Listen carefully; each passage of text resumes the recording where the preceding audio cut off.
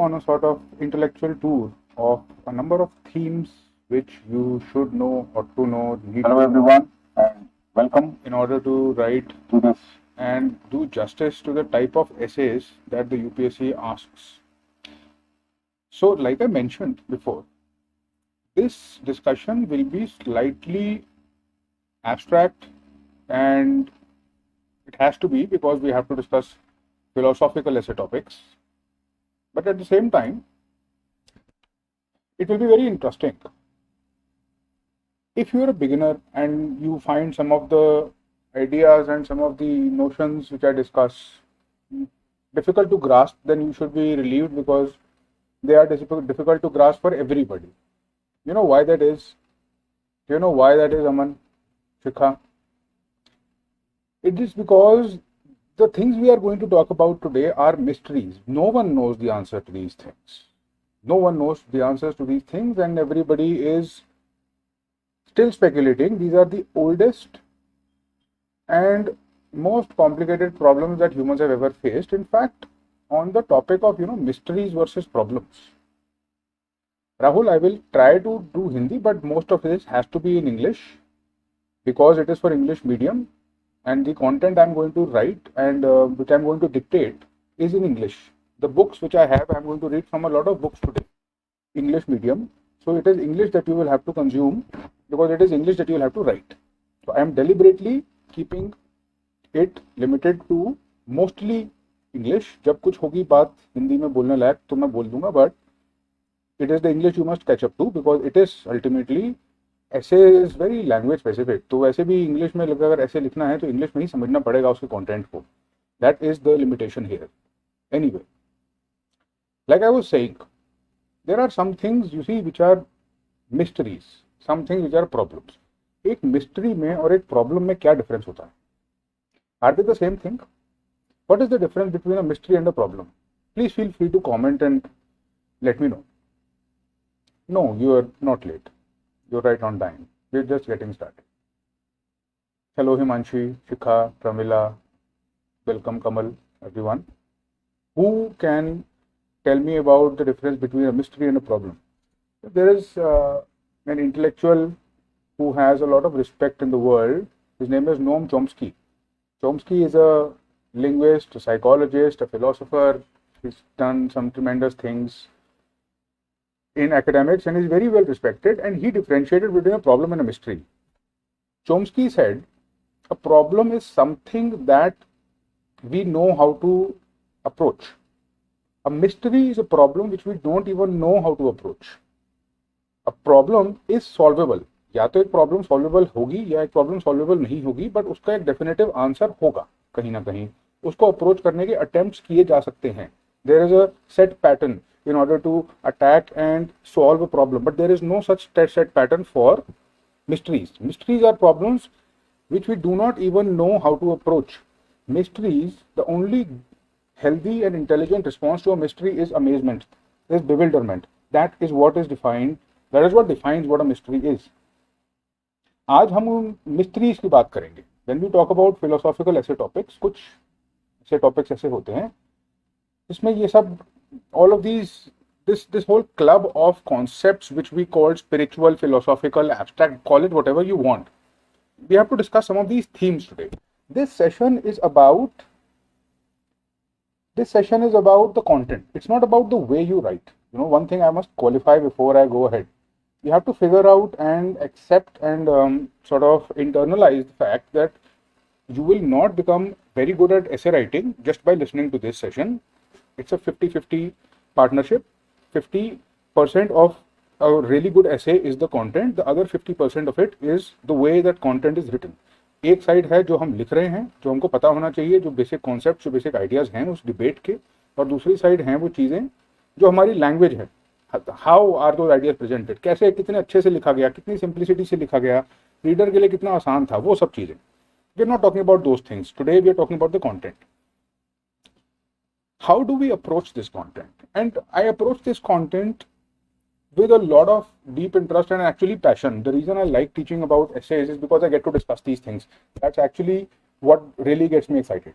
And I'm going to tell you why I get so excited And today you will also feel that, because I'm going to introduce you to my library. I've picked 6 books here, which I'm going to read to you from different passages, and we'll have that discussion. So, long story short, let me ask you a question, a deep question, a difficult question, a mysterious question. Now that we've defined what a mystery is, what happens when we die?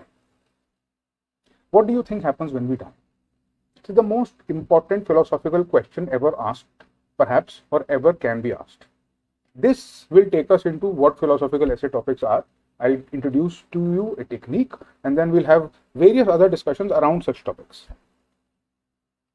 What happens when we die? What do you think happens when we die? I'm going to argue with you about this, and I'm going to ask you to think and engage with me in this debate. But we must engage in it only logically. That's a good response, Abhinandan. Since you were talking about mysteries, you're absolutely right, it's a mystery. But what is your intuition? What is your best guess? I know that it can't be solved mathematically. I know no one really knows the answer, but what do you think is the answer? Because what you think happens after we die tells me your philosophical school of thought. Are you a scientific materialist or are you a panpsychist? And I'll tell you what that means. We are dissolved into the earth, you say. Physically, the organs cease to function, correct? So, is there anything which survives the body? Yes, we dissolve. Yes, the organs cease to function. Shikha thinks we have rebirth. So, here is the issue. Shikha says that there might be rebirth, but for the rebirth, something has to continue existing. Something has to survive the death of the body, right? So, Shikha is a person who believes that something survives the death of the body, and therefore that thing is reborn in other bodies, and it is independent of this whole physicality dimension where we find ourselves. Whereas other people like Alpen Blitz and other students here, they don't believe this. They think we just die. They think the atoms disintegrate. We basically finish. That's the end. Over. Nothing more. We are in this energy form. So that's a sort of a middle reply. And here is the thing, and here is why I asked you that question. If you believe that something survives the death of the body, you are a dualist. You are a dualist. You are committing yourself to a philosophical position called dualism. You inherently believe that there are two things in the universe, two types of substances in the universe. One is matter. All of this that you see around me, this is matter. Even light is matter. And there is consciousness. So even when the body dies, consciousness can exist on its own. That is what you believe. If you say that rebirth exists, if you don't believe that consciousness is the only thing, if you believe that matter is the only thing, you say there is nothing that survives the body, and various arguments, we'll talk about those arguments during this session. We'll talk about this in detail. But essentially, if you commit to that point of view, what you are telling me is that you are a scientific materialist. You think there is matter. The word materialist is not that type of materialist, the type of people who want to buy things and acquire things. No. Scientific materialism is a philosophical standpoint. A person is a scientific materialist if they believe that the universe is composed of matter. Materialist as in the matter. Person who believes in matter's existence only. But what happens if you believe only consciousness exists? There is a third point of view. The third point of view is matter does not exist. Only consciousness exists. All of this is not matter. This is just energy. If somebody said that there is energy, So that is a different point of view called panpsychism, monism. Tattvam Asi, Vedant, the Mandukya Upanishad, these are exposition of that argument. उस पूरे के पूरे text में मंडूक्य उपनिषद में, someday I'll read from it. It is a series of arguments which support the idea that only consciousness exists. This world doesn't exist at all. This world is an illusion. When Buddhism subscribes to this idea, now, surprisingly, as if, when they say that reality is stranger than fiction, even science has started to believe this idea to some extent. It is starting to take hold. Do you know how crazy that is? How ridiculous and out of this world that is, and how it changes everything. But anyway, I'll take you down that path. what discussion we are about to have and the type of discussion which we just had, Abhinandan, Aman, and everyone. There is something called STEPI dimensions, and all essay topics in the UPSC come from one or the other of these dimensions. The spiritual dimension is one dimension. This is an acronym. STEPI is an acronym. These are different dimensions from the essay topic may appear. Only from these will they ever appear. S is spiritual dimension. We'll talk about this dimension in detail today. I will not be able to talk about the other ones in detail because all of these they have a lot of themes and all sorts of debates, and I have to unpack all of them. Today is the day when we talk about the spiritual dimension. That is why I started the discussion with this life and death issue, which you'll see continues throughout our conversation today. Spiritual dimension, temporal dimension. Temporal as in time. Ethical dimension. Philosophical dimension, economic dimension. These are just the areas from which an essay topic may appear. Now, which do you think the third essay topic in this list pertains to? Which dimension? This is something we are about to discuss in detail today. History is a series of victories won by the scientific man over the romantic man. History is a series of victories won by the scientific man over the romantic man. Which dimension or dimensions do you think this pertains to?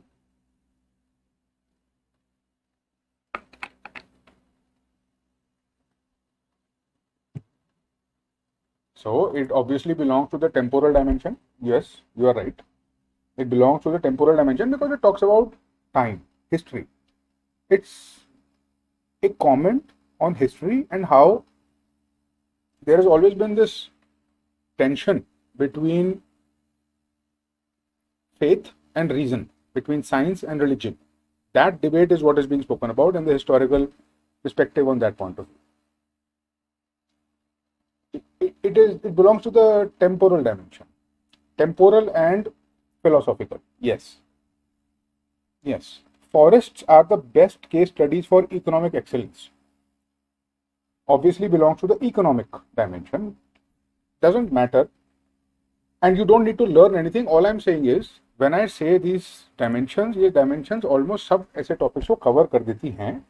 My fundamental hypothesis assumption is that अगर मैं हर एक dimension में detail में discussion करता हूं और उनके जितने भी थीम्स हैं वो मैं अनपैक करता हूं, तो मैं सब के सब ऐसे टॉपिक्स को कवर कर पाऊंगा, क्या एटलीस्ट टच कर पाऊंगा किसी ना किसी तरीके से. तो अगर कोई भी फिलोसॉफिकल ऐसे टॉपिक आया, the real is rational, the rational is real, history repeats itself as a farce and then a tragedy, इस टाइप के कोई भी ऐसे टॉपिक्स आए तो मेरे पास उन चीज़ों के बारे में कंटेंट होगा.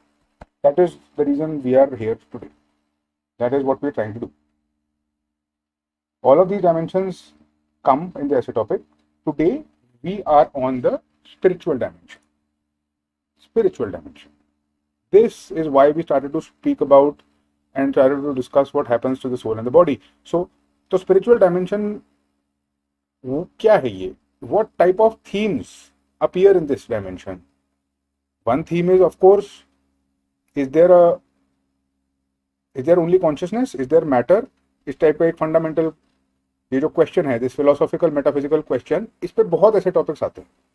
बहुत, it's a common, it's ancient and religious and it's a primal debate which has been, and it's one of the most, it's the favourite essay topic of all time. This topic of religion versus faith और whatever, one of this is the most important dimension. And you had this essay last year, mindfulness manifesto is the route to the tranquil self or something. Mindfulness is, of course, squarely falls within this spiritual dimension, and today we'll talk about that also.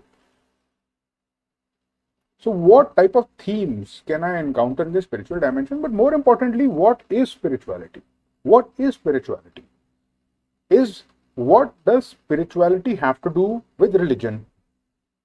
What does it have to do with happiness? What does it have to do with anything? What is spirituality? And I'm going to introduce you to somebody who I admire greatly. One of the most brilliant, enlightened people I would say I have ever had the good fortune to encounter is Sam Harris. This is Sam Harris's book, Waking Up. This book, and the title of this book is Searching for Spirituality Without Religion. Searching for spirituality without religion. So my fundamental question to you before I go into it is this: what is the difference between spirituality and religion? Are they the same thing? Or are they something different? And if so, what exactly is the difference? Is it necessary for a religious person to be spiritual? And so, if somebody does not believe in religion, does not have an organized religious belief system, does not believe in God, does that mean that person cannot be spiritual? What do you think? What does spirituality have to do with religion? Obviously, they're very closely connected. We know that. All religions have a spiritual side. Some believe in mystical powers, some believe in life after death, rebirth, reincarnation, telepathy, all of these can be found in religions or associated to religions. But what does it have to do with spirituality? What is this thing separate from religion that is spirituality? We need to figure this out. Yes, you are right that spirituality is different, religion is different. But can you pinpoint what that is? Because otherwise we'll have to call Sam Harris into the discussion and he'll tell us. Religion is one way to introduce spirituality in our lives. I would have to agree, Shikha, that's very good, very well put. Aman, you say common belief and practices shared by others. That sounds to me like you're defining culture. That is what culture is: common beliefs and behaviors adopted, followed by others. But it's not spirituality or what religion is. Himanshi, you say connecting oneself with the higher self. Interesting. That's interesting. Himanshi will have some points to discuss about that. I'm going to argue against you, by the way, and then we'll see whether this is correct or not. Alpenblitz, you say scientific and literal form of spirituality evolved to religion. Religion can associate with a particular geographical area. Oh, yes, it can be, but I don't think that we have any existing religions confined to geographical areas anymore. I mean, you'll find Sikhs everywhere, Hindus everywhere, you'll find Muslims everywhere, and you'll find Buddhists everywhere. So that's got nothing to do with the geographical area, although, obviously they originated from one point or another. Anyway, do you want me to tell you what Sam Harris has to say about this?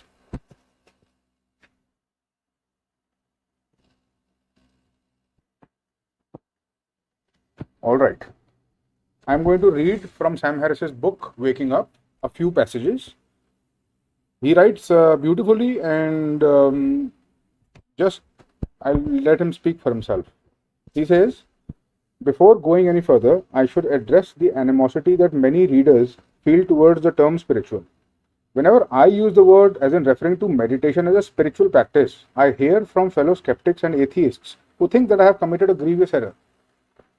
The word spirit comes from Latin spiritus, which is a translation of the Greek pneuma, meaning breath. Around the 13th century, the term became entangled with beliefs about immaterial souls, supernatural beings, ghosts, and so forth. It acquired other meanings as well. We speak of the spirit of a thing as its most essential principle, or of certain volatile substances and liquors as spirits. Nevertheless, many non-believers now consider all things spiritual to be contaminated by medieval superstition. I do not share their semantic concerns. Yes, to walk the aisles of any spiritual bookstore is to confront the yearning and credulity of our species by the yard, but there is no other term, apart from the even more problematic mystical or the more restrictive contemplated, with which to discuss the efforts people make through meditations, psychedelics, or other means to fully bring their minds into the present, or to induce non-ordinary states of consciousness. And no other word links this spectrum of experiences to our ethical lives. Important statement right there. I want to repeat that. He says there is no better word than spirituality to describe whatever it is that I am saying, whatever spiritual is. It pertains to the efforts which people make through meditations or other means to fully bring their minds into the present, or to induce non-ordinary states of consciousness, and no other word links this spectrum of experiences to our ethical lives. So here you have him defining what spirituality, what type of things can be called spiritual. What spirituality is, he's defining by including everything possible. This is what the para means. He says this word spiritual has become overused and overabused. People have started to associate the word spirituality with superstition. It is not true.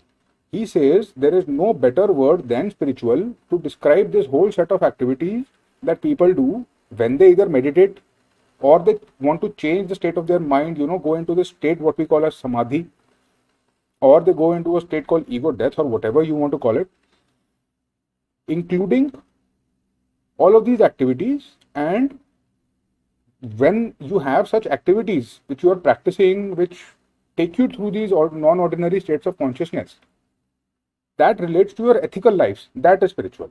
That is a spiritual practice. So that could be, and that has got nothing to do with your belief in God. You may believe that God exists, or you may believe he doesn't exist, or you may believe the third option, doesn't matter. He says it doesn't matter.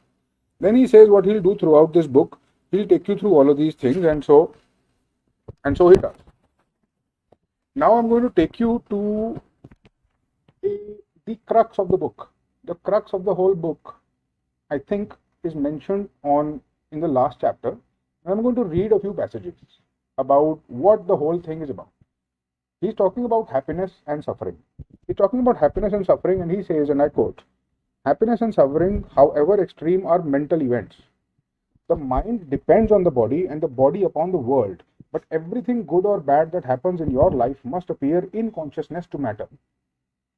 This fact offers ample opportunity to make the best of bad situations. Changing your perception of the world is often as good as changing the world, but it also allows a person to be miserable even when all the material and social conditions for happiness have been met. During the normal course of our events, your mind will determine the quality of your life. This is the fundamental understanding of all things spiritual." This statement, this whole passage right here, this is what spirituality is all about. You know what I mean? This is what spirituality is all about. In this statement, he has said, and I'm just paraphrasing what he has said. He is saying, the quality of your life is the quality of your mind. What type of experiences you have, good or bad, do not depend on things outside, they depend on the state of your mind inside. But he goes on and explains why this is. Of course, the mind is as contingent as the body, and the limits of the body are obvious. I am precisely as tall as I am and not an inch taller. I can jump as high as I can and no higher. I can't see what is behind my head. My knee hurts. The boundaries of my mind are just as clear. I cannot speak a word of Korean. I don't remember what I did on this date in 2011, or the last words I read of Dante, or even the first words I spoke to my wife this morning. Although I can alter my mood and states of attention, I can do so only within a narrow range. If I am tired, I can open my eyes a little wider and try to perk myself up, but I cannot completely banish the feeling of fatigue. If I am slightly depressed, I can brighten my mood with happy thoughts. I can even access a feeling of happiness directly by simply recalling what it is like to be happy, deliberately putting a smile in my mind, but I cannot reproduce the greatest joy I have ever felt. Everything about my mind and body seems to feel the weight of the past. I am just as I am. But consciousness is different. It appears to have no form at all, because anything that would give it form must arise within the field of consciousness. Consciousness is simply the light by which the contours of mind and body are known. It is that which is aware of feelings such as joy, regret, amusement, and despair. It can seem to take their shape for a time, but it is possible to recognize that it never quite does. In fact, we can directly experience that consciousness is never improved or harmed by what it knows. Making this discovery again and again is the basis of spiritual life. As we have seen, there is no compelling reason to believe that the mind is dependent on the brain, and yet the deflationary attitude towards consciousness taken by many scientists, wherein reality is considered only from the outside in third-person terms, is also unwarranted. A middle path exists between making religion out of spiritual life and having no spiritual life at all. That's it. That's what he's saying. This is what he's saying. This is what he has said. Here is what he has said. And this passage is the crux of the entire metaphysical claim of Vedanta, the entire metaphysical claim of Buddhism, that the fundamental reality is consciousness. And what he is saying is this. He's saying normal waking life में कभी कोई thought आता है, कभी दूसरा thought आता है, we become happy, we become sad. your attention is taken up by various things. Something or the other you keep experiencing. He is saying, where is this experience happening? Where is this experience happening? There is a canvas. आपके mind में awareness एक canvas की तरह है. एक canvas, जैसे कि ये स्क्रीन, ये कैनवस है. I am speaking to you through the screen. There is a canvas on which all things are reflected. So for example, the screen in front of you is a canvas on which I am being represented right now. That the same way, awareness, pure consciousness is the canvas on which all your thoughts, experiences and memories are placed. When and as and when they are placed, you can get to experience them. But this consciousness is not the thoughts. This consciousness is not the feelings. This consciousness is something fundamental. That is something different. Yes, I mean, more or less, Abhinandan, but we will not get into that type of discussion. I'll introduce these ideas to you. These are slightly abstract ideas, but यही है. अभी हमको, if we develop enough interest in it, then we can figure it out. Now, somebody had mentioned something about the self-preserving feeling of being myself. For those of you who have been reading the material and the reading articles that I've been sending, here is a fundamental assumption. Do a test for a minute. Do a test for 30 seconds. And in that test, notice exactly what you are experiencing right now. Notice exactly what you are experiencing right now. If you become conscious of the body, if you just focus your attention, you can feel the body touching the chair, etc. You can feel emotions. If you focus too much, you will be able to feel very subtle sensations. You can feel my thoughts, my ideas, my words being translated in your mind, entering, images being formed, your understanding to you. These are all the experiences that you are having. But what is this thing called you? That is the question which I will discuss. This is a very deep philosophical, it's called the hard problem of consciousness. It's virtually unsolvable. It is a mystery category of things, but still there are some beautiful descriptions of it. When you say ego, when you feel that I am at the center of the universe, हमारा यही तो experience है ना, हमारा default experience तो यही है कि universe के center में हैं हम and things are happening to us. That is what he was describing in another passage. I cannot see behind me, except now that there is a camera. I have to be in this body. I am restricted to it. I have to engage with the universe through this body. Something is inside my body observing all of this. That something is consciousness. That something has consciousness. Now, a beautiful, beautiful description of consciousness by Rupert Spira. Rupert Spira is he's a very talented and deep writer. He's a very talented and deep writer. I am now reading from this book. This book is called The Nature of Consciousness by Rupert Spira. Yes, you're right. And this so here is a thought experiment. You see the Buddhist. This is a thought experiment. This is a pen. This is a pen. You say it's a pen. I remove the cap. Is it still a pen? Is it still a pen? You say yes. Suppose I remove something else. Will it still be a pen? And if I keep removing its parts, will it still be a pen? What about you? Are you your arms? Are you your legs? Are you the head? Are you the brain? Are you the body? What exactly are you? You will find that you cannot locate yourself physically. Physically, it is impossible to locate yourself. You will ultimately have to say that I am some sort of consciousness. I am something which experiences. It's a very famous philosopher. It's a very famous philosopher called Rene Descartes. Have you heard of the term cogito ergo sum? Cogito ergo sum. I think, therefore I am. Well, Rene Descartes was he was a very smart guy, Frenchman, and he was trying to figure out what the reality is. And he was saying that he says that I'm not convinced that I am real. I don't know. Maybe I am being fooled by some sort of a demon entity which is giving me these illusions, And think of the movie The Matrix. Think of any science fiction movie. अब उसमें the assumption is that humans को ये सपना दिखाया जा रहा है. It is a dream. We are in a dream and we are actually somewhere else and we are just being force fed this simulation. जैसे virtual reality goggles में you immerse into the world, right? The assumption is that in this world, this is the virtual reality and you are actually somewhere else. In some hyper dimension. I don't know where you are, but that is the assumption. And in the movie The Matrix, that person is in the future and the machines have trapped him, basically using him as body, as the battery. But that's a different issue. The point is, it is the same thing they are saying, that this is an illusion. So I'll tell you what Rupert Spira says about this thing called I. This is what he's saying. He says, all minds refer to themselves as I. Our Christian names are the names that our parents gave to us, but I is the name that the mind gives to itself. I is the name that the mind gives to itself. Whatever the mind is experiencing, it knows itself as the I that is experiencing it. Throughout the day, the mind says, I am thinking, I am hungry, I am cold, I am lonely, I am tired, I am traveling to work, I am 45 years old, etc. As such, the mind consists of a continuous flow of changing thoughts, images, sensations, and perceptions.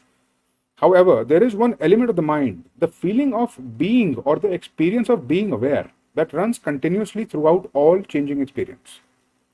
If, instead of being interested in the continuous flow of changing thoughts, images, sensations, and perceptions, the mind becomes interested in its own essential nature, it will discover that the feeling of being or the experience of being aware is the common factor in all experience, but does not share the particular qualities, characteristics, or limitations of any particular experience. All the qualities, characteristics, and limitations of experience are temporary and ever-changing colorings or modulations of mind, but not its essential, irreducible nature. In other words, as a step towards realizing the essential, irreducible nature of the mind, we separate out the permanent element of experience from its changing forms. We separate out the experience of being aware from what we are aware of. I is the formless or non-objective presence of pure knowing, being aware or awareness itself, which is temporarily colored by the qualities of experience but not inherently limited by them. I am aware, I am aware, I am aware runs ever present through all experience. As such, I is the knowing or aware element that underlies and permeates all experience. That was very well written, I think.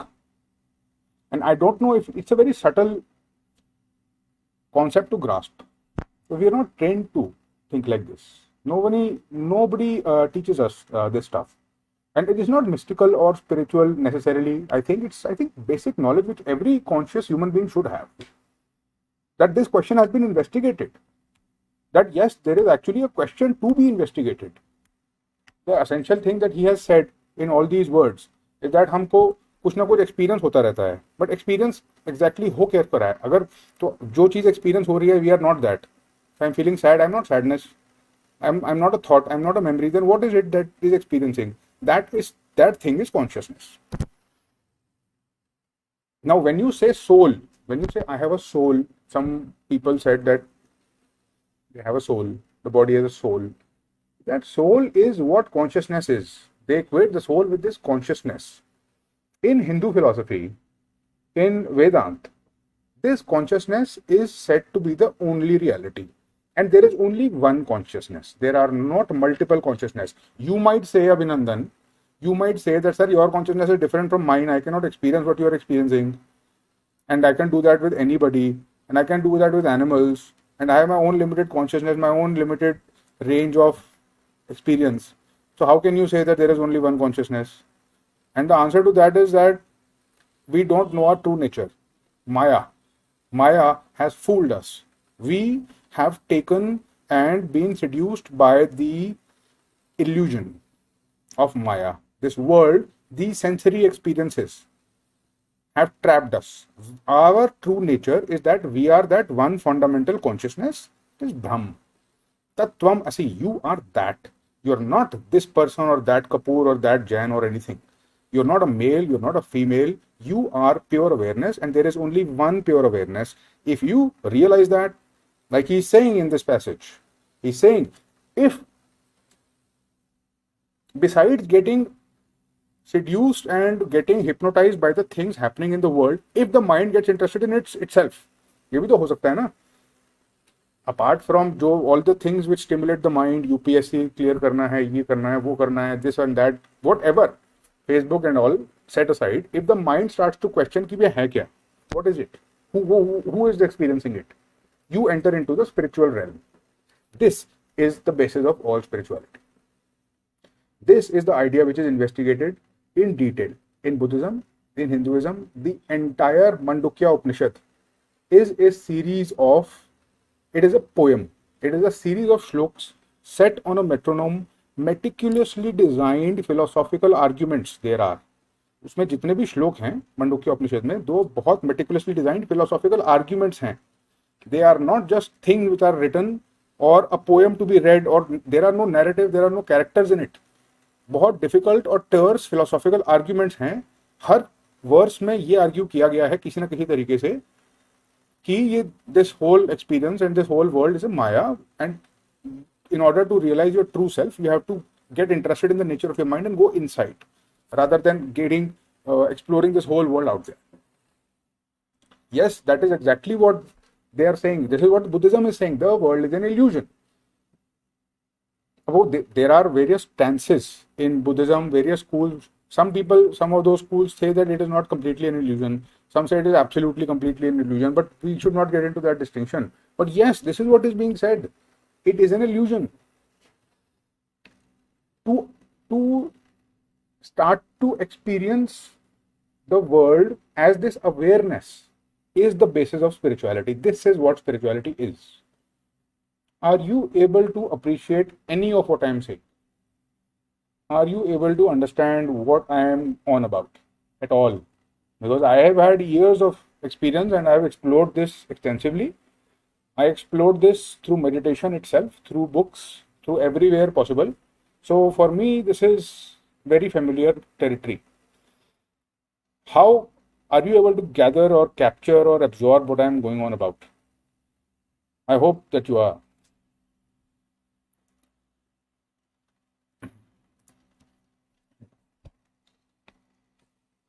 Okay.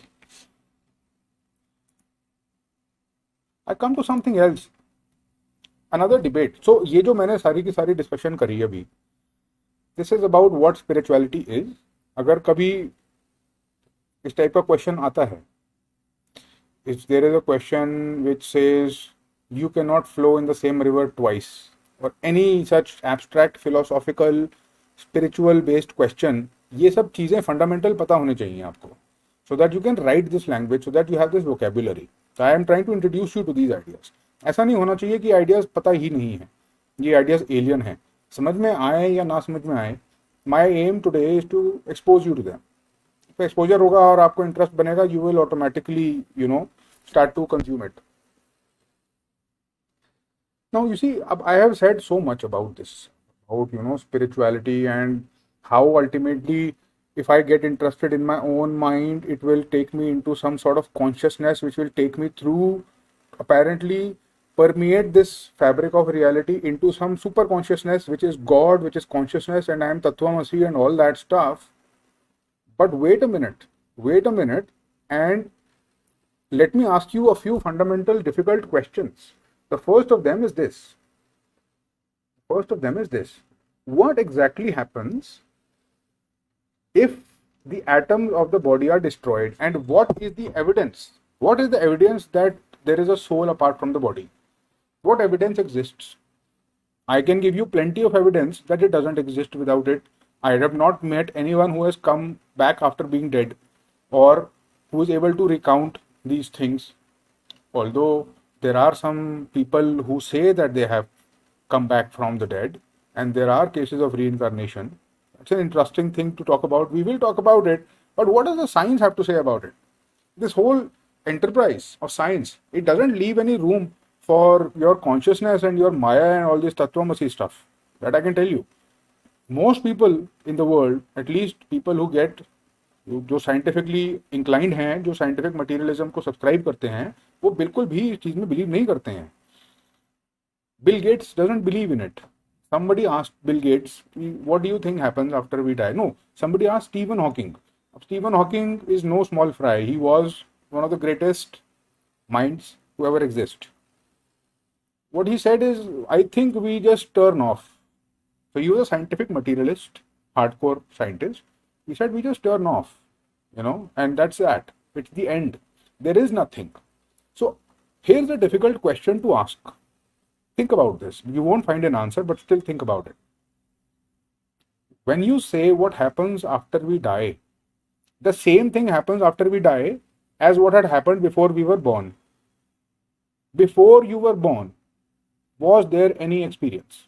Can you recall anything at all from a time before you were born? Is there any data that you have? Is there any experience? Is there any memory? Is there even a trace of any of this stuff? क्या है? What is that? This point before you were born, क्या था वहां पे? वो था क्या? Was there anything at all? कुछ है ही नहीं ना. There is nothing. It's absolutely zero. It's null. It has no characteristics. Our mind cannot even capture it in words. क्योंकि in order to exist, your brain had to function first. In order to have experience, you need to have a brain. Once the brain was created in utero, during the fertilization process, after the fertilization process, once the neurons and the nervous system was physically created, only then thoughts were able to be conducted by electrical signals. Only then were you able to have certain experiences. Without that, there will be no experience. My argument is this, there is nothing after death, because exactly like there was nothing before birth. It will be the same experience. There will be no experience. Because for experience, you need a brain. And your brain will not last after your death. Now, there are arguments on both sides. But this whole perspective of scientific materialism, science का viewpoint क्या है? What does science say about, this is exactly, Pranita, this is exactly the question I'm about to ask. What happened before the Big Bang, what happens after it? Now, there are a number of interesting possibilities. And this year, somebody was Roger Penrose. Sir Roger Penrose was given a Nobel Prize. And his assumption and his theory mathematically prove किया है उन्होंने कि there was something before the Big Bang. वो सिर्फ mathematically, theoretically prove किया है. Evidence नहीं है उसका भी. But theoretically he has shown कि ये possible है. यूनिवर्स से पहले एक और यूनिवर्स थी, ये बिग बैंग था, और बिग बैंग ही होता रहता है. यूनिवर्स होती है, it expands, it inflates, it shrinks, it finishes into a black hole, it expands again, और ये होता रहता है. This is exactly what Hindu mythology says, by the way, ये जो cyclical universe का concept है, this is very much prevalent in our ancient mythology. Anyway, forget about that. Do you want me to tell you the history of the universe in 5 minutes according to science? What does science say about the nature of the universe? About the nature of what is the scientific viewpoint? What is scientific materialism? Do you want me to sum it up and tell you the summary in 5 minutes? Do you know what it is in today's date and time, the scientific worldview of the universe? Because you need to know this. Multiverse is just a concept. Right now, there is no evidence of it. It may be one possibility.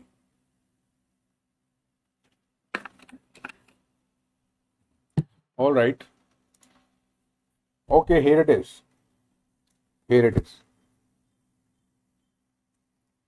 13.8 billion years ago, something started to exist. 13.8 billion years ago, there was no existence whatsoever. Something started to exist. A point was reached, which we only know as the Big Bang. This is the point where space and time were created. Space and time were itself created. Space was created, time was created, energy was created, and that was it. That was it. बस वो moment of creation है. इसके we can not go beyond this point because हम जा ही नहीं सकते, because nothing exist in our universe to tell us about that. हम सिर्फ एब्स्ट्रैक्ट कॉन्वर्सेशन कर सकते हैं, मैथमेटिक्स के साथ we can play around, but हम इस पॉइंट के आगे नहीं जा सकते. ये for all intents and purposes is the moment of creation 13.8 billion years ago. We don't know what caused it, we don't know why it happened, we don't know what is our place in it, but it just did. We know that उस explosion का जो remnant है, उस explosion का एको can be seen, देखा जा सकता है वो. It is called the cosmic microwave background radiation.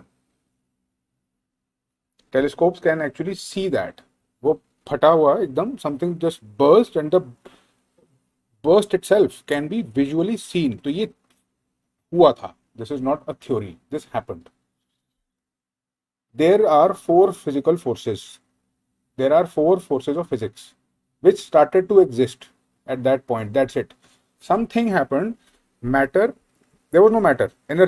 Energy और physics के laws और space and time unleash कर दिए गए. बस ये हुआ. बस इसके बाद और कुछ नहीं हुआ.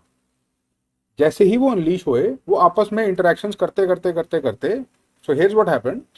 There are four fundamental laws of physics. One is gravitation, electromagnetism, strong nuclear, weak nuclear force. Forget about these things and forget about what they mean, but just know that ये फिजिकल फोर्सेस, चार fundamental forces universe में they started to exist.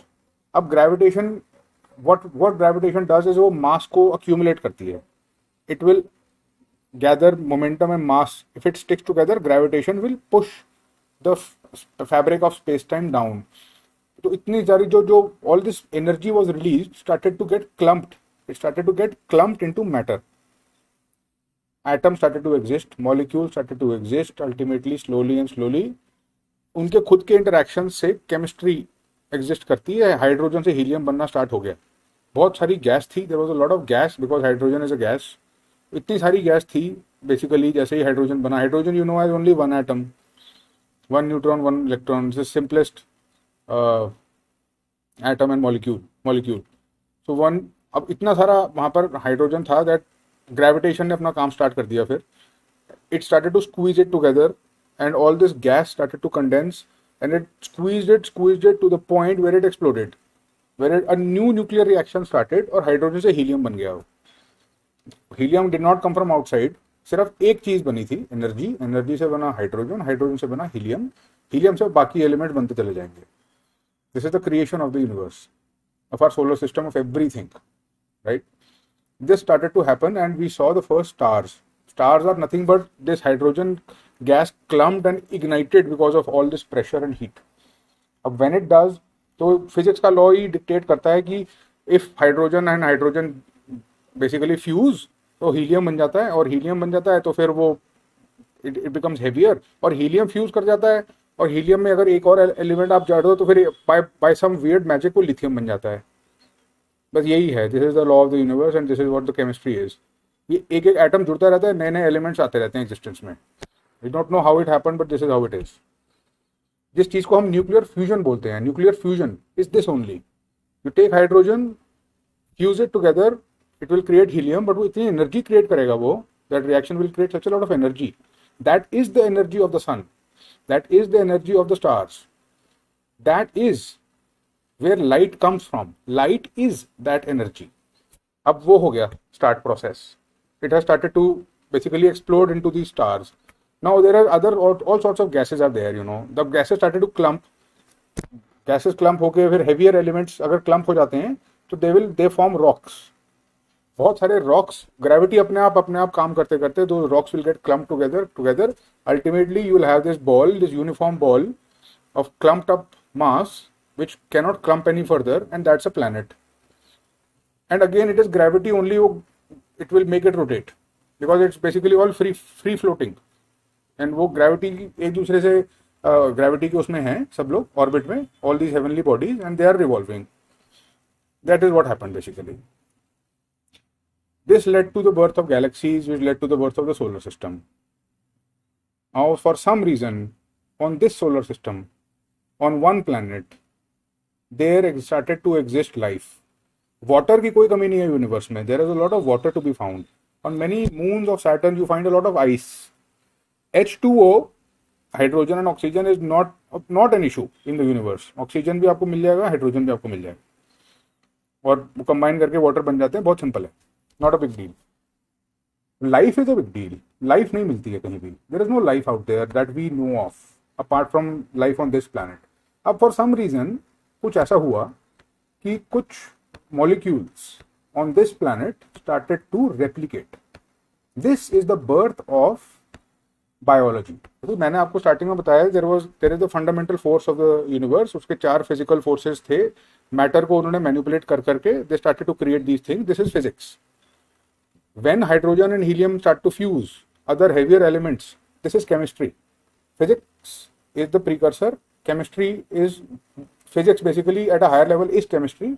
Chemistry at a higher level is biology. It's just all physics fundamentally. It's all just atoms and particles. But the way level at which we understand things, ये उसके arbitrary distinctions हैं physics, chemistry, biology. Ultimately सब कुछ physics है, हो सकता है सब कुछ maths हो, but forget about that. Anyway, biology started to exist. Life started to replicate. Life became very resilient. Life is very hard to eradicate. Fast forward, life became multicellular. Life became complex. Dinosaurs started to exist. Dinosaurs were wiped out. Only very small mammals were able to survive that catastrophic event. They populated the earth. We are descended from them. अब बहुत सारे creatures exist करते रहते हैं. Evolution keeps experimenting. It creates different types of survival machines. You are a survival machine. I am a survival machine. A snake is a survival machine. A tiger, jaguar is a survival machine. What nature wants is that they should be able to protect themselves. Or protect भी, nature wants the gene to be protected. जो replication start हुई थी, उस replication को preserve करने का सारा drama है ये. And you survival machine, we are all survival machines, and our purpose is to just pass on the genes.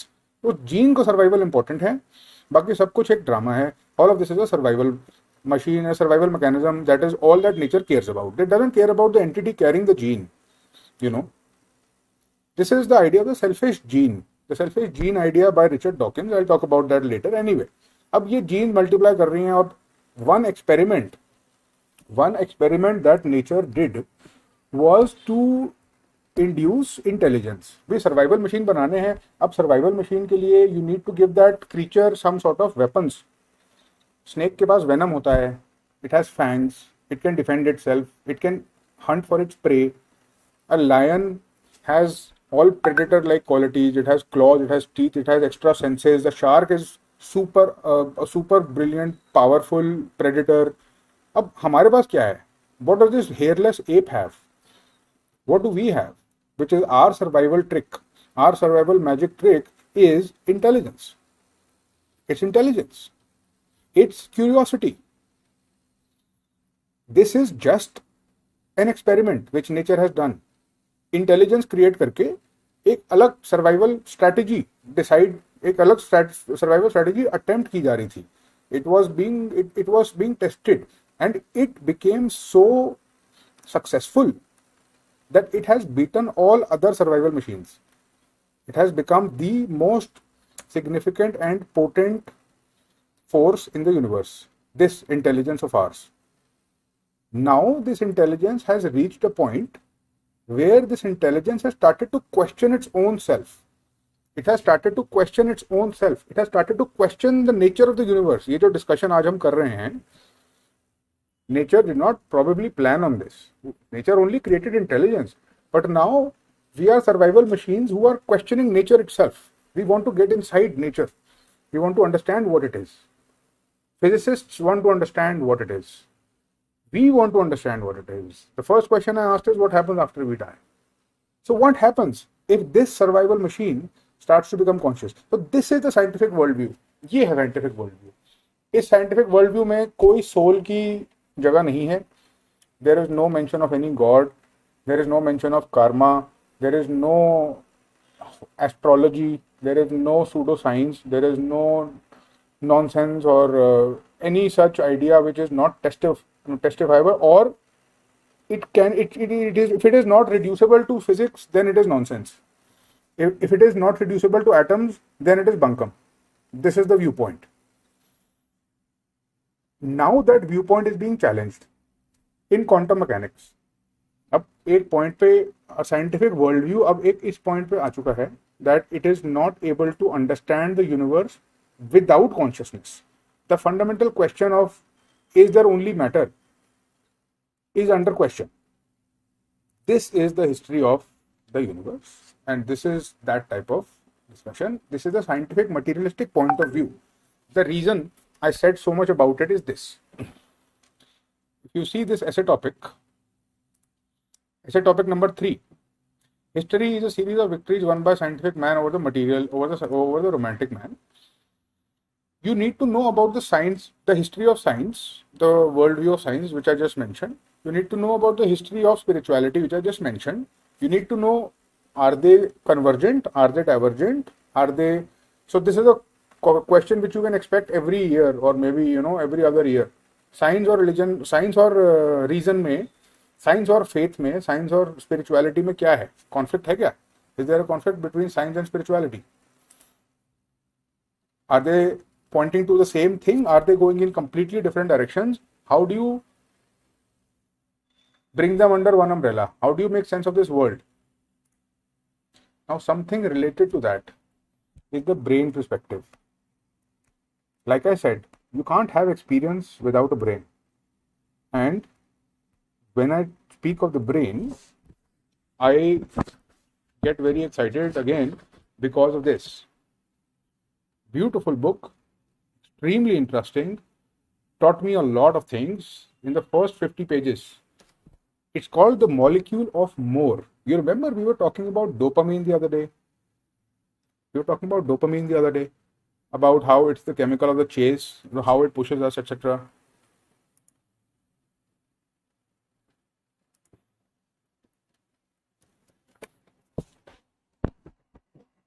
So, this is a completely diametrically opposite view to all the spiritual stuff. This is the view of science, and it says that all of your experiences are just the product of chemistry in your brain. It's just chemicals and molecules and dopamine and serotonin and electrical impulses like you see in this image. This is your reality. You are this thing. If this thing does not exist, then you don't exist. But here is the beauty of it, and here is how much it is able to explain. This book की खासियत ये है. What it hit me, why it hit me so positively and impactfully is because इतना सब कुछ explain होता है इससे जो spirituality नहीं explain कर सकती, आसपास भी नहीं है. The level to which we are able to explain behavior and our everything by these molecules is so good. उसमें इतनी predictability है, उस पर हम इतना depend करते हैं. All our diseases, all our medical interventions are dependent on this worldview. If we did not have the scientific materialist worldview, we would not have science. If we would not have science, we would not have these lifespans. We would not have a COVID vaccine. We would not have any PET scans, MRI scans, any X-rays at all. This is what used to happen. When there was a time when people did not have knowledge about this stuff. And people used to have mystical, superstitious beliefs. Now science has changed all that. Do you want me to read a passage from this? And it's 2 pages actually, but it is absolutely beautiful. The moment when I read this, I found this book at a friend's house. When I read it, I said, I'm taking this book, and I don't care if you don't want to give it, but this is mine now. So I took it, and he was very kind. He gave it to me, and this is the reason I took it. इतना अच्छा लिखा हुआ है, इतना beautifully explained है कि 1-2 page पढ़ के I started to get the whole gist of the entire book itself about the brain. So this is The Molecule of More by Daniel Lieberman, who is a neuroscientist. He writes, look down. What do you see?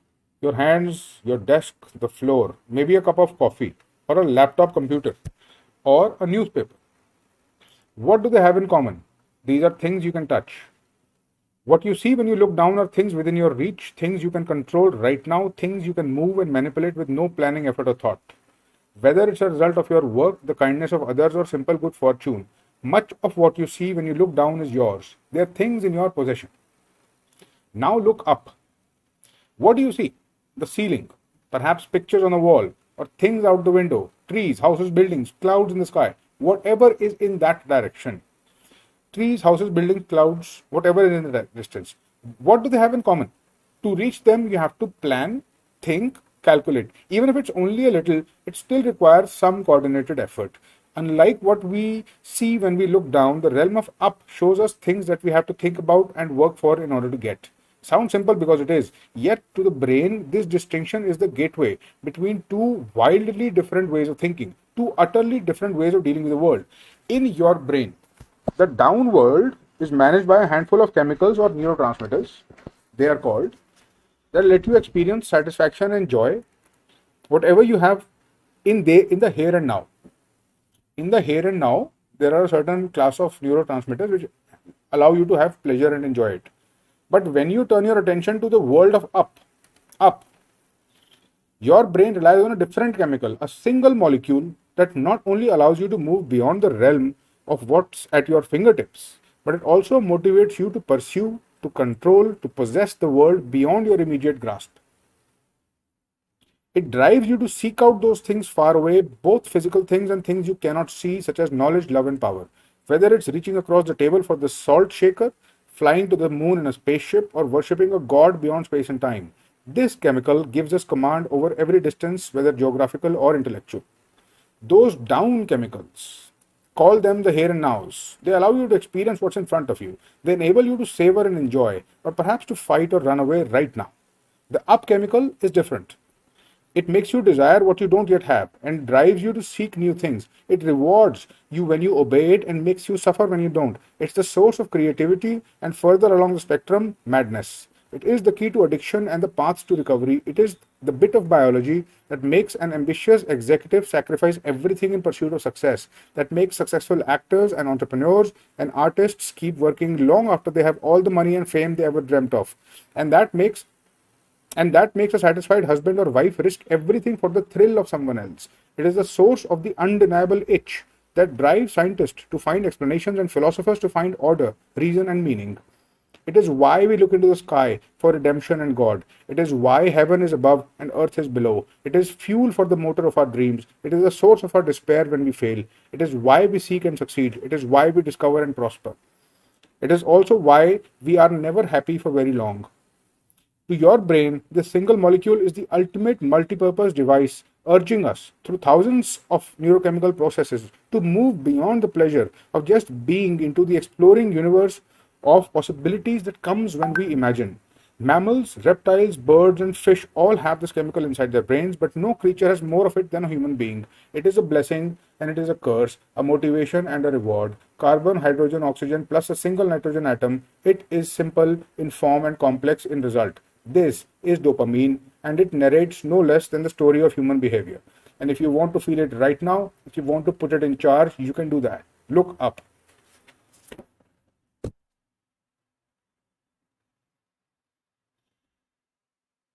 So that was a passage from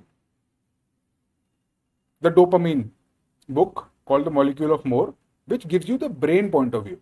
So when you talk about any such thing, and so there might be an essay topic directly from this, you can use such content. Again, this is just an introduction to these ideas. Today, I am not teaching you, I am only talking to you, and I am giving you, introducing you to these ideas, because ultimately you will have to get deeper into them to, at least to some extent. We want to go deep enough to be able to write about them. But अच्छे से लिख पाना जरूरी है. तो उनके लिए I am trying to give you the context and the content and the conceptual understanding also, I suppose. So that's about that. And so again, we come back to, so we've discussed a number of themes. Spirituality or religion में क्या connection है? We have spoken something about that. Spirituality और religion में क्या conflict है, we have spoken about that. Spirituality और science में क्या है, we have spoken about that. अब अगर ऐसे topic says faith and reason, it is the same debate. Should we have faith? Should we believe in logic? Heart versus mind, same debate. Emotion versus logic, same debate. ये सब debates cover हो जाते हैं इन ideas से. You will understand a lot of such content because now you have the fundamental understanding of ये सब होता क्या है. ये सब होता क्या है is my purpose to communicate today. कितना समझ में आया नहीं आया doesn't matter. We will get there. So to end, we will now end and our conversation about the spiritual dimension and such. What are the benefits? ये सारी बातें ठीक हैं. These are all philosophical abstract things. Starting में ही हमने admit कर लिया था कि ये mystery है, इसका आंसर किसी के पास नहीं है. We knew that. But there is another way to think about it, which is इसका कुछ फायदा है क्या? Is there any use or any utility or any practical reason why we should or should not be spiritual? Is there any use, any practical use about why we should not be spiritual or should be spiritual?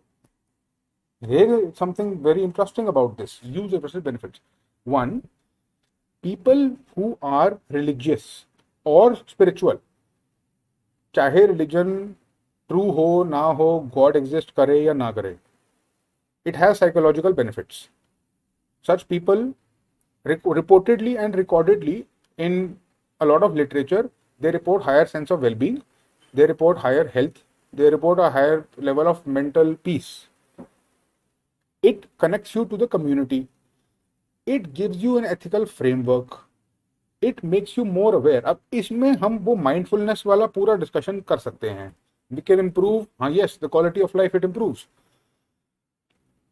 Quality of life, it definitely improves spirituality. That is why it is worthwhile. Why? How does it improve? Now that essay topic about mindfulness manifesto is a key to the tranquil self.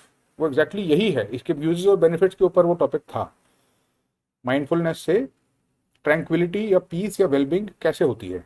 क्यों होती है कि नहीं? That was what needed to be addressed. I won't talk much about the uses or benefits. We'll talk about it. But my last input will be about criticism. Is there any criticism for it? Why we should not have spirituality, or why? Can you counter argue about why spirituality may not be a great idea? What can possibly be some counter arguments for something such as spirituality? इसका क्या ही हो सकता है criticism? कुछ हो भी सकता है, 100% हो सकता है. In fact, I'm going to argue and criticize it a lot right now. But first, let me see what you think. Abhinandan thinks that someone who is spiritual loses biasness. They become more objective. That is correct. But जरूरी नहीं है कि spirituality से हो. Although yes, supposedly if you meditate enough, yes, you will get less prone to emotional highs and lows. You will become more rational, more logical, etc.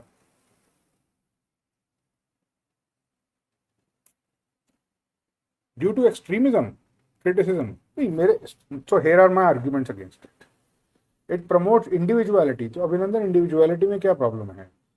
That our whole idea of Sanatan Dharma is this only, the perennial philosophy, कि regardless of religion, we all have to face and ultimately agree with the one fundamental idea that there is only one consciousness, one God, whatever.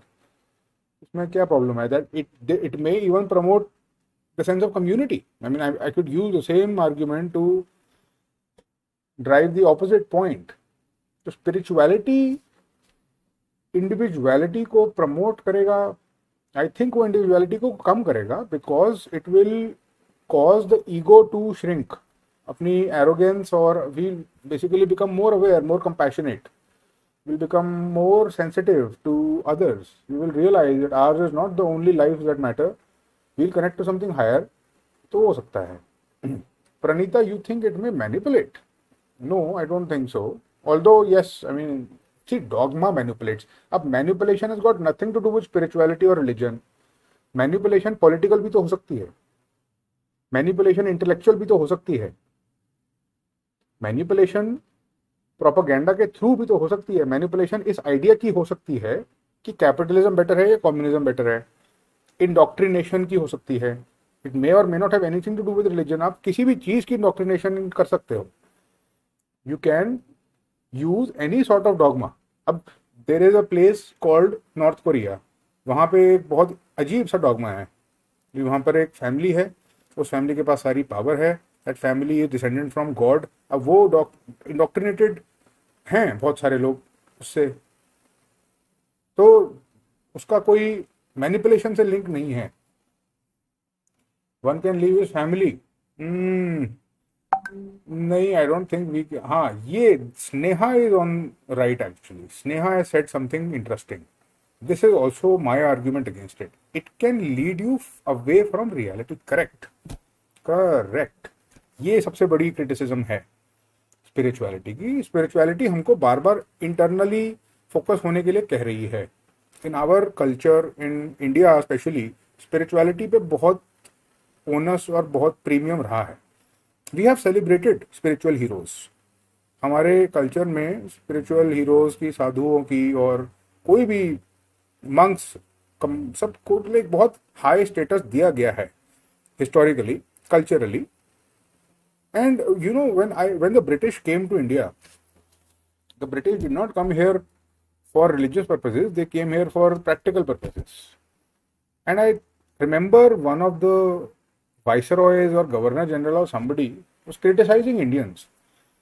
और criticism उनका ये था कि these Indians are so involved in their internal life that they have failed to progress. Their obsession with otherworldliness obsession, that this world is an illusion. उन्होंने, उनकी argument ये थी कि इनका फंडामेंटल आइडिया ही ये है कि ये दुनिया एग्जिस्ट नहीं करती, तो इसमें प्रोग्रेस कैसे करेंगे।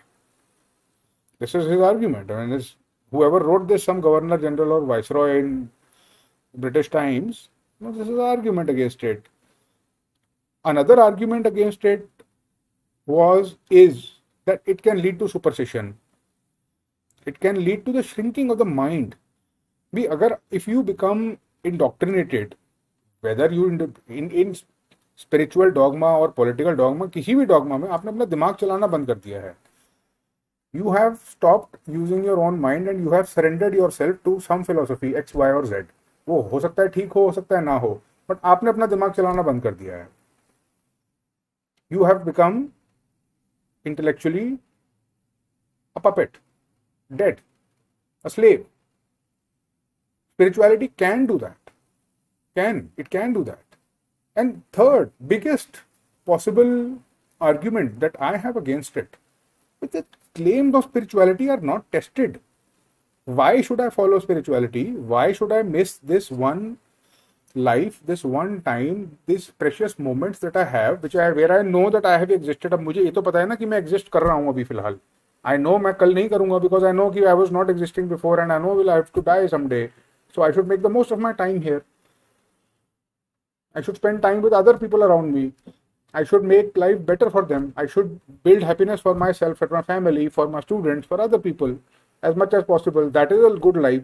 I should focus on my happiness and become completely self-centric and ego-centered around my whole thing, even if people around me start to suffer.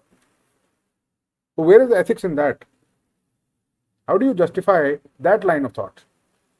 That you remove yourself from society, go in a jungle, meditate for a goal which may or may not even be real, at the cost of the thing which you know is real. The people you leave behind are real. The pain you leave there is real. The time that is being spent and consumed, which will never be received back, is real. The end of your life is real. Nirvana and heaven and hell may or may not be real. God may or may not be real. वो नहीं पता है. तो ये एक criticism है इसका. These are all these criticism and content. These are the type of arguments you do. Did you understand something? I don't know. But this is not a typical type of session I take. I usually take these type of sessions when I teach a course. This time I took it because I wanted to add some content. मैंने बहुत सारे essays देखे students के, who are writing mains, जहाँ मुझे लगा कि they have some idea or the other, but core intellectual ideas शायद नहीं उनको पता है, अच्छे से नहीं पता है शायद. So I wanted to share these things, and I'll try, although I do not promise, I will try to conduct such sessions for the other dimensions also. temporal dimension, ethical dimension, philosophical, psychological. Yeah, right. So that is all I had to say. I hope you enjoyed. I hope आपको अच्छी intellectual conversation milli. I hope it expanded your mind. I hope it got you some new food for thought. I hope that this UPSC journey has become slightly less boring because of such conversations. Such conversations are also part of the syllabus. If you had ever thought, हमको लगता था कि ये conversation syllabus का part नहीं है, but ये हैं. Aman, it will continue. I am still waiting for a resolution. ASAP. I'm after them constantly, but I am at their mercy. तो हो जाएगा एक दिन में, 2 दिन में. Okay, thank you very much for your patience and your attention. I will see you soon.